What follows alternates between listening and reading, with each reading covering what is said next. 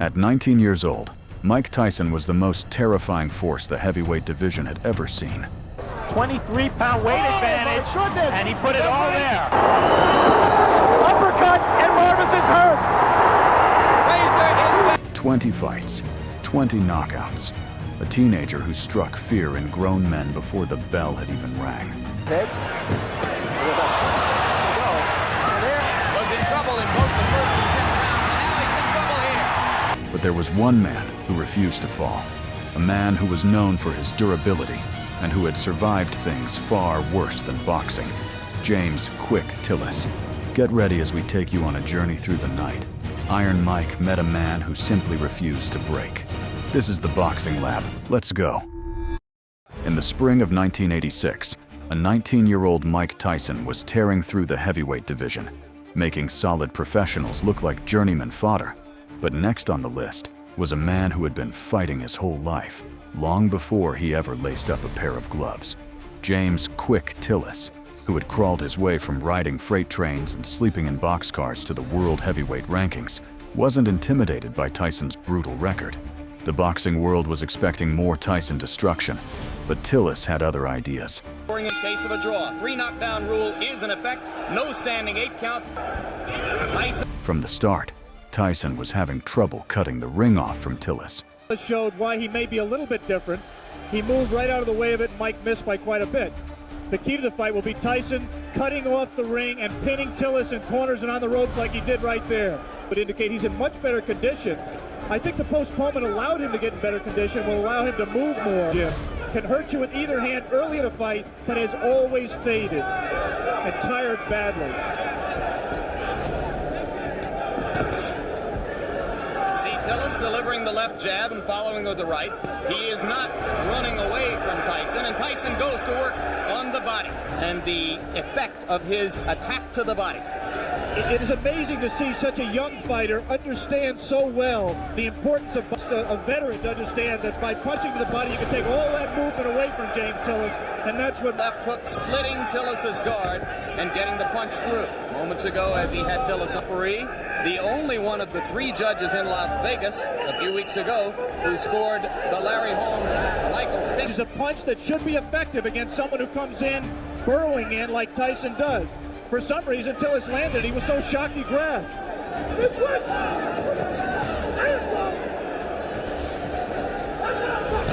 Quick Tillis cannot, in my opinion, win a decision in this fight, Jim. He has to try to take Tyson out. And Joe Cortez, the referee, quite properly did not break the fighters because Tyson's hands were not tied up. Again, the right uppercut just missed that time by Tillis. Late in round 1, as he has managed to stay away from Tyson's thunderbolts, although he just took a right hand. We'll be back. We bring you back for round 2, and you hear the bell, as you saw before we went away. One punch after the bell had sounded to end round 1. Most people in boxing, if they're looking for a way to beat Mike Tyson, believe it will be done by a fighter, as Henry Tillman did in winning 2 fights from Tyson in the Olympic trials as amateur. All right, bring out. Amateur limit. Lost to Tillman in the Olympic trials. Right hand lands. It was, as you say, extended. So close that he allows Tillis to grab him, as Tillis will always do when Mike lets him. In his last fight. Any custom auto-trained fighter prides himself on his defense, and Mike really was disappointed that Zaus.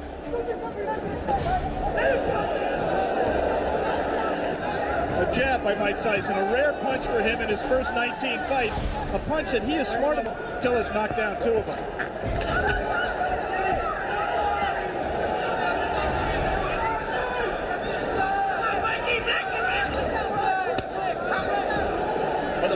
Must have for a fighter of Tillis' experience. There's the punch that, in my opinion, is going to win Tillis out with it, but he will wear him down and bring his hands down so he can land punches to the head. He got him with the left, but Tyson has begun to break through the guard around the face. And there's a right hand as Tyson continues to land and round 2 ends. Falls, New York for the beginning of round 3. More than 8,000 people here in the Glens Falls Civic Center, almost all of them Right now, all of the Tillis was showing his durability, eating some heavy shots from Iron Mike. of his game plan. Been working with him for the last 6 weeks, tying up Tyson's arms. At that time, Tyson got the... Just one punch from Mike, and that's on the inside, and let his hands go. He is being considerably more than in his previous 19 appearances. Remember against Jesse Ferguson, that look at the hand speed by Tyson. That's one of the things. We'd like to alert our local stations along the line that will be taking... For the most part, the punch that turned the fight around was a combination, actually, a right. Look at that. This is an important learning experience for Mike Tyson. He's going to have to be able to handle a quick Tillis to get to the top of the and he is right now. Tillis is making a mistake of trying to... He got into a little bit of macho there, and quick Tillis is not going to be around long fighting that way. Again, he scores with a right uppercut. Tyson is beginning to wear down Tillis's defenses, particularly when he... Round 3 coming to a close, and Mike Tyson warms to the task once again as the round comes to a close. Back with more after this word from our local station. Beginning of round 4, Jim Lampley with Alex Wallow in Glens Falls, New York. If you are scoring and have given rounds 2 and 3 to Mike Tyson. Right hand and a good left hook by James Tillis. In a couple of rounds. You should put punches together. Punch in combination. Away at the uppercut and that one left hook which scored. Tyson now appears to be a little less shy about stepping up inside. When he's fresh like this. Switches left-handed. Tillis is a converted southpaw. Punch.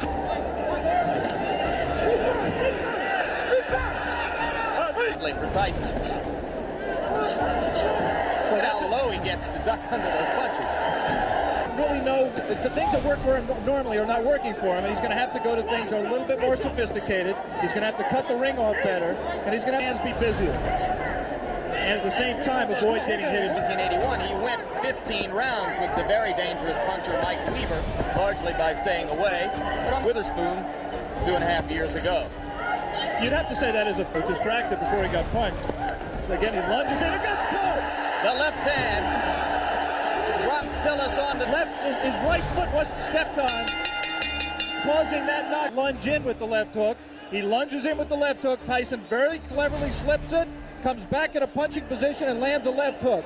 That was not the full power of... Minute 19 seconds of the 6th round. Now round in Glens Falls.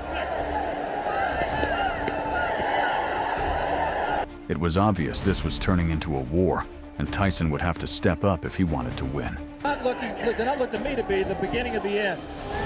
He might have learned not to lunge so badly with the left hand, though. There he clinches. His hands are free, but he isn't using them.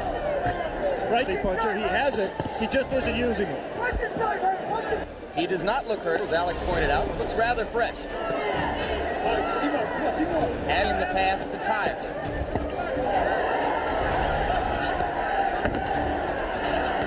This is not a good there for him to do a lot of damage. There, he gave a half-hearted effort at that combination we talked about, the right to the body and the right uppercut, but he didn't land. He has to keep punching.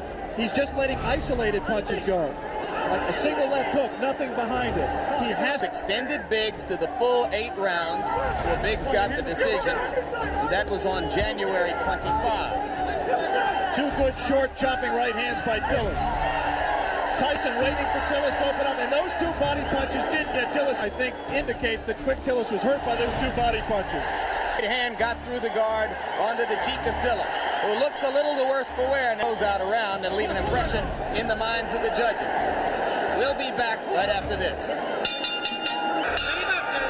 We are back for round 6. Trivia at best, but now Tillis has an opportunity to go farther with Tyson. Than to fight this way, Tillis has the chance to break the knockout string. He's got to be... He was exhausted at the end of his 8-round fight with Tyrell Biggs, and this is a 10-round fight. He's just trailing Tillis around the ring, not cutting it off effectively. Begins to implore Tyson.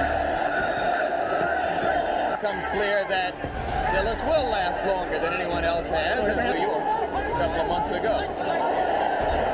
That punch missed. We're talking about the possibility of the fight going the distance. Score 9 round for Tyson because of the stands up unless there is a draw. Personally, Alex, I have it 4-0-1 for Tyson. I've not given Tillis a round. One way is to say that he's pacing himself. He's waiting for the opening.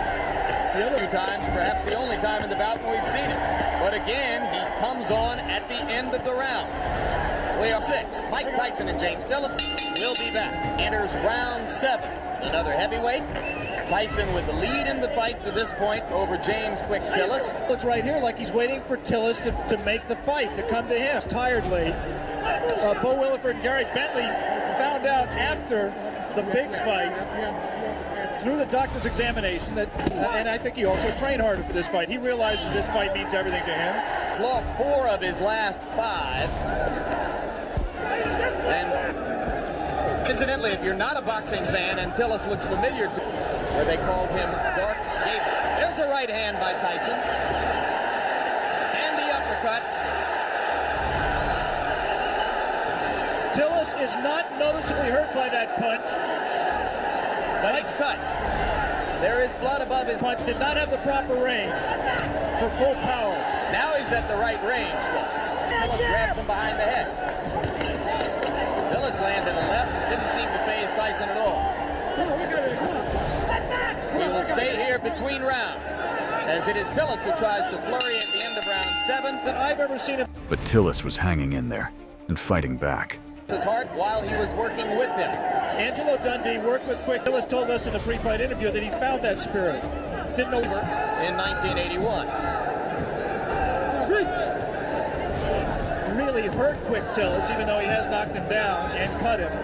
Tyrell Biggs really had Tillis. Alex, be good for Mike Tyson. Yeah, I think ultimately you're actually people asking every day, when are you going to fight for the championship of the world? Those left-hand stance since his 4th professional fight. It means he's a little bit confused, a little bit frustrated. Glens Falls, New York. James Quick Tillis enters round 9 with 19-year-old knockout. This Mike Tyson looks very much like the Mike Tyson who lost 2 close soon. And Henry Tillman recently scored by scoring a sensational first-round knockout.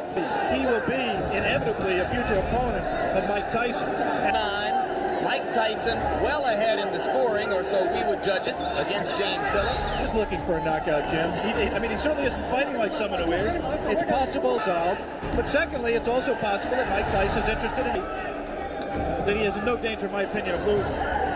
Tyson, again, is not busy during the clinches when his hands are free and he has a chance to punch. Landed a right Tillis. We have gotten to the end of round 9. We'll be back for the closer after this. New York round. Tyson needed a knockout in the last to keep his streak alive. Here today, hoping to see a knockout, and frankly, expecting to see a knockout. Tyson tries to deliver with the right hand and steps in.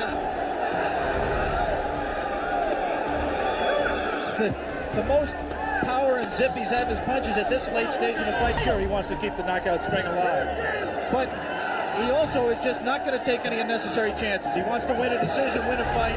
He'll be 20 in his previous 19 fights, and he doesn't appear at this point to be going all out to satisfy that. Land problem, it has been effectively stopped. Tillis comes straight in. Now Tyson.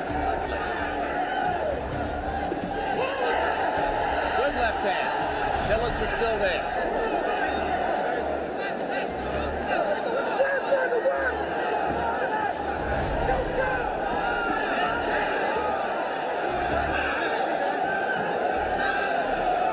Well, there will be. Tillis continues to give a good account of himself.